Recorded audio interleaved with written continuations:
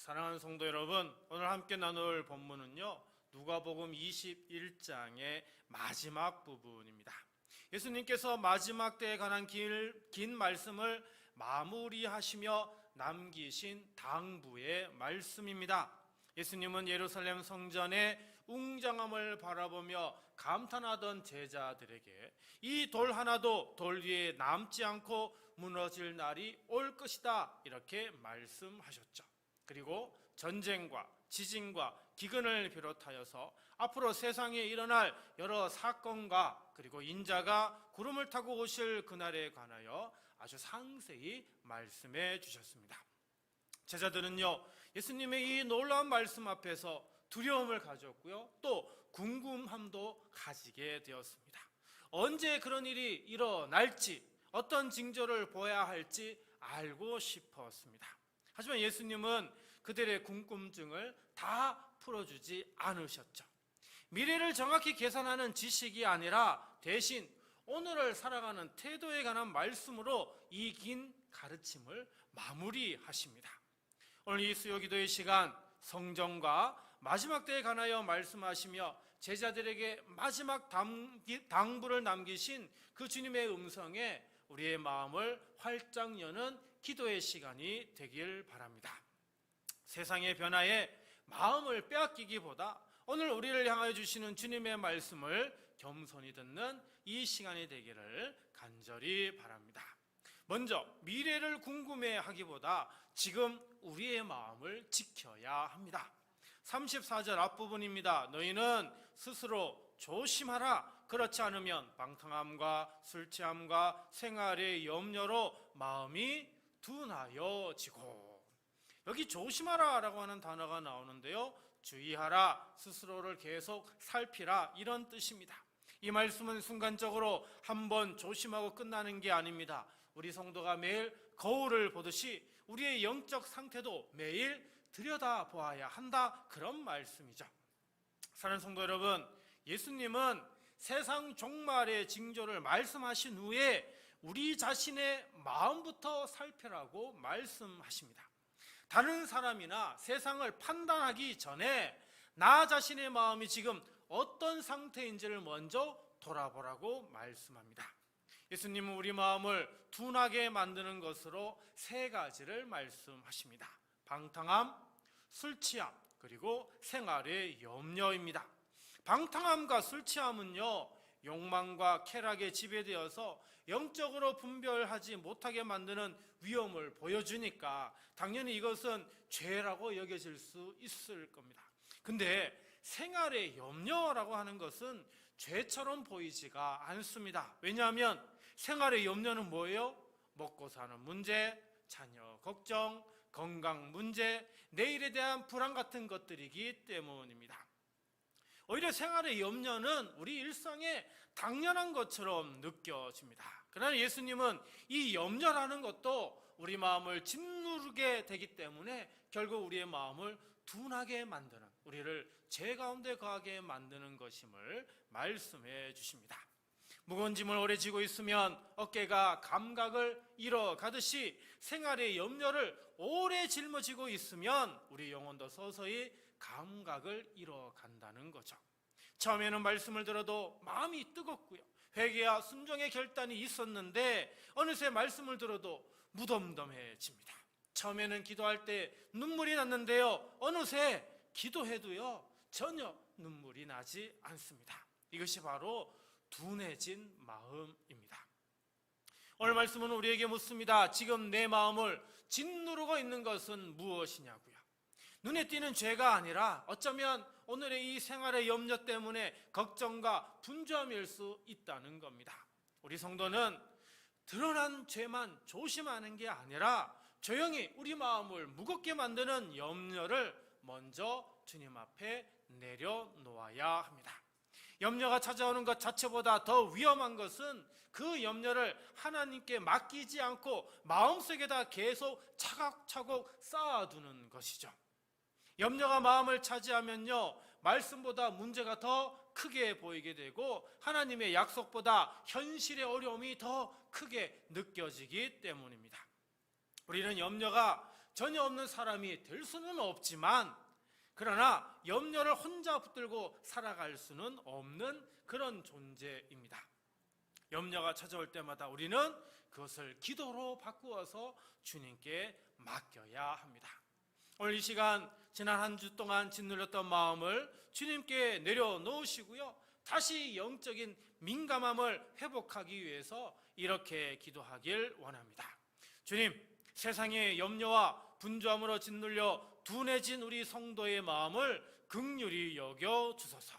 오늘도 말씀과 기도 앞에 우리 마음을 정직하게 살피게 하시고 세상의 무엇보다 주님을 바라보며 늘 깨어 살아가게 하소서. 주님께서 여러분의 둔해진 마음을 새롭게 하셔서 이번 한 주도 늘 깨어 주님만 바라보는 복된 삶으로 인도하여 주시기를 주님의 이름으로 간절히 기도합니다. 두 번째로, 미래를 궁금해하기보다 그날을 준비해야 합니다. 34절 후반부부터요 35절까지입니다.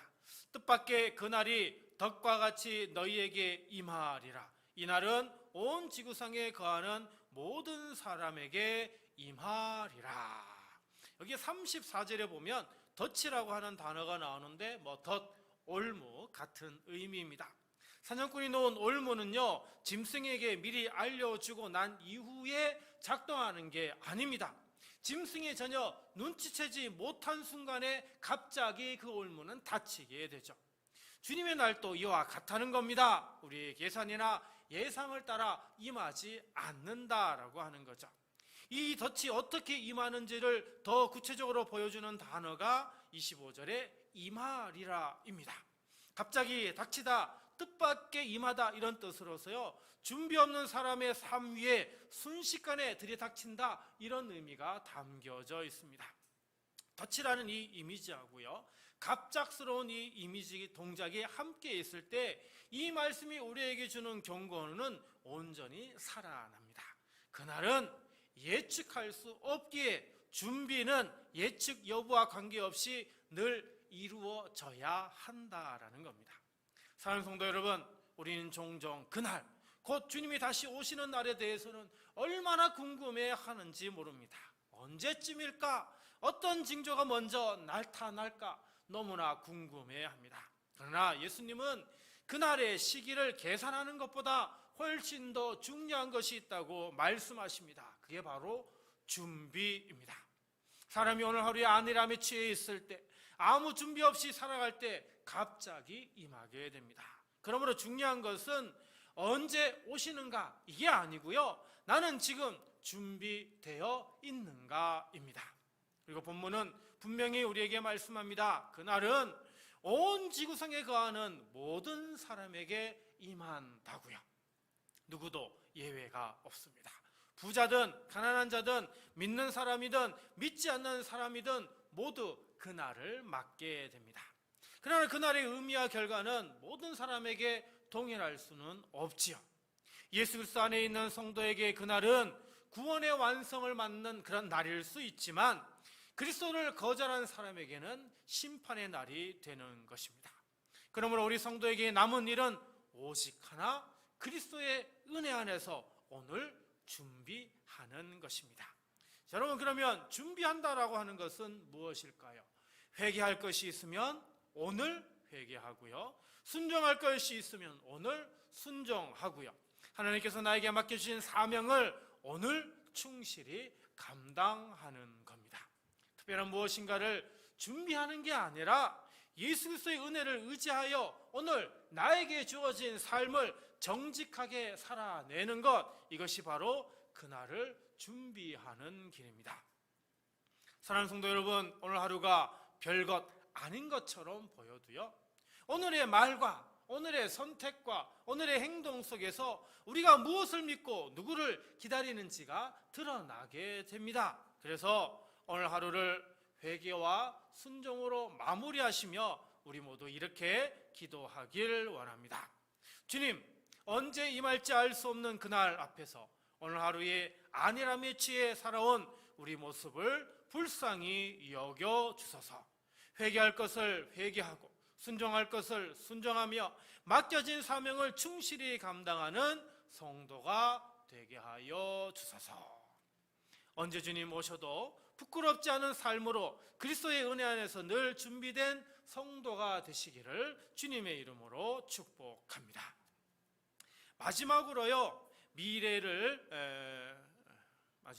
미래를 궁금하기보다 항상 기도해야 합니다. 36절 말씀 봅니다. 이러므로 너희는 장차 올 이 모든 일을 능히 피하고 인자 앞에 서도록 항상 기도하며 깨어 있으라 하시니라. 여기 깨어 있으라라고 하는 단어는 잠들지 않은 상태를 뜻합니다. 단순히 육체적으로 밤을 새우라는 그런 말이 아닙니다. 세상의 유혹과 염려 속에서 믿음의 방향을 잃지 않도록 영적으로 늘 각성된 상태를 유지하라라고 하는 명령입니다. 근데 이 깨어있음은 우리의 의지나 긴장만으로 유지될 수가 없습니다. 그래서 본문은 뭐 하라고요? 기도하라고 말씀을 합니다. 여러분, 이 기도하다라고 하는 단어의 헬라어의 원어의 의미는 도움이 필요함을 인정하고 하나님께 간절히 구하라라고 하는 그런 의미가 담겨져 있습니다. 다시 말하면 자기 자신의 연약함과 필요를 인정하고 하나님께 간절히 매달리며 기도하라라고 하는 것입니다.